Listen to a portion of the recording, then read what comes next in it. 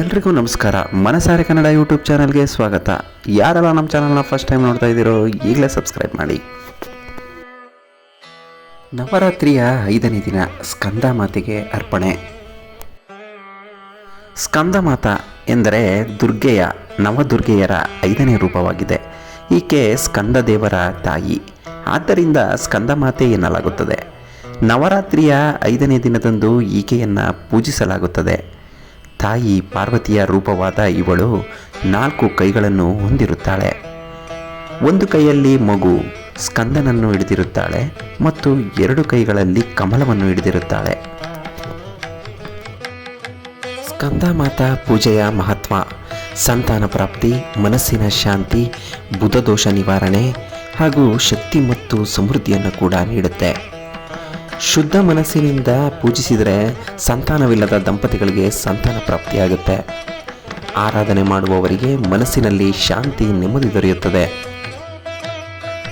ಜಾತಕದಲ್ಲಿ ಬುಧ ಗ್ರಹವು ಪ್ರತಿಕೂಲ ಸ್ಥಾನದಲ್ಲಿದ್ದರೆ ಈ ದೇವಿಯ ಆರಾಧನೆಯಿಂದ ತೊಂದರೆಗಳನ್ನು ನಿವಾರಿಸಿಕೊಳ್ಳಬಹುದು. ಈ ದೇವಿಯ ಪೂಜೆಯಿಂದ ಸಂಪತ್ತು, ಸಮೃದ್ಧಿ ಮತ್ತು ಆಧ್ಯಾತ್ಮಿಕ ಸಂತುಷ್ಟಿ ಪ್ರಾಪ್ತವಾಗುತ್ತದೆ. ಸ್ಕಂದ ಮಾತೆಯ ಸ್ವರೂಪವನ್ನು ನೋಡೋದಾದರೆ ಸಿಂಹಾಸನದ ಮೇಲೆ ಆಸೀನರಾಗಿರುತ್ತಾಳೆ. ಕಮಲದ ಹೂವಿನ ಮೇಲೆ ವಿರಾಜಮಾನಳಾಗಿದ್ದಾಳೆ. 4 ಕೈಗಳು, ಕಮಲದ ಹೂಗಳು ಹಾಗೂ ಶಿಶುರೂಪದ ಸ್ಕಂದನನ್ನು ಮಡಿಲಲ್ಲಿಟ್ಟುಕೊಂಡಿರುವ ವಿಶಿಷ್ಟ ಸ್ವರೂಪ. ಇನ್ನು ಸ್ಕಂದ ಮಾತೆಯ ಪೂಜಾ ವಿಧಾನವನ್ನು ನೋಡೋದಾದರೆ ಶುದ್ಧ ಬಟ್ಟೆ ಧರಿಸಿ ದೇವಿಯ ವಿಗ್ರಹಕ್ಕೆ ಗಂಗಾ ನೀರಿನಿಂದ ಸ್ನಾನ ಮಾಡಿಸಿ ದೇವಿಗೆ ಹೂವು, ಅರಿಶಿನ, ಕುಂಕುಮವನ್ನು ಅರ್ಪಿಸಿ ಸಿಹಿ ತಿಂಡಿ ಹಾಗೂ ಹಣ್ಣುಗಳನ್ನು ನೈವೇದ್ಯವಾಗಿ ಅರ್ಪಿಸಿ ದೇವಿಯನ್ನು ಧ್ಯಾನಿಸಿ ಆರತಿ ಮಾಡಿ. ಶುಭ್ರವಾದ ಬಟ್ಟೆ ಧರಿಸಿ ಸ್ಕಂದ ಮಾತೆಗೆ ಬಾಳೆಹಣ್ಣು ಹಾಗೂ ಅದರಿಂದ ಮಾಡಿದ ವಸ್ತುಗಳನ್ನು ಅರ್ಪಿಸುವುದು ಶುಭಕರವಾಗಿದೆ. ಸ್ಕಂದ ಮಾತಾ ಮಹಾದೇವಿಯ ನವದುರ್ಗೆಯ ರೂಪಗಳಲ್ಲಿ 5ನೇಯವಳು. ಅವಳ ಹೆಸರು ಸ್ಕಂದ.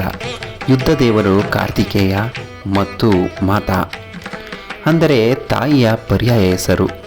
ನವದುರ್ಗೆಯಲ್ಲಿ ಒಂದಾದ ಸ್ಕಂದ ಮಾತೆಯ ಆರಾಧನೆಯು ನವರಾತ್ರಿಯ 5ನೇ ದಿನದಂದು ನಡೆಯುತ್ತದೆ. ಅವಳ ವಾಸಸ್ಥಾನ ವಿಶುದ್ಧ ಚಕ್ರದಲ್ಲಿದೆ. ನೋಡಿದ್ರಲ್ಲ, ನವರಾತ್ರಿಯ 9 ದಿನಗಳಲ್ಲಿ 5ನೇ ದಿನ ಸ್ಕಂದ ಮಾತಾಗೆ ಅರ್ಪಣೆ. ಯಾರಿಗೆಲ್ಲ ವಿಡಿಯೋ ಇಷ್ಟ ಆಯಿತು ಲೈಕ್ ಮಾಡಿ, ಶೇರ್ ಮಾಡಿ, ಹಾಗೆ ಕಾಮೆಂಟ್ ಮಾಡಿ, ಹಾಗೆ ಸಬ್ಸ್ಕ್ರೈಬ್ ಮಾಡೋದು ಮಾತ್ರ ಮರಿಬೇಡಿ ಅಂತ ಹೇಳ್ತಾ ಮುಂದಿನ ವಿಡಿಯೋದೊಂದಿಗೆ ನಾನು ನಿಮಗೆ ಮತ್ತೆ ಸಿಗ್ತೀನಿ.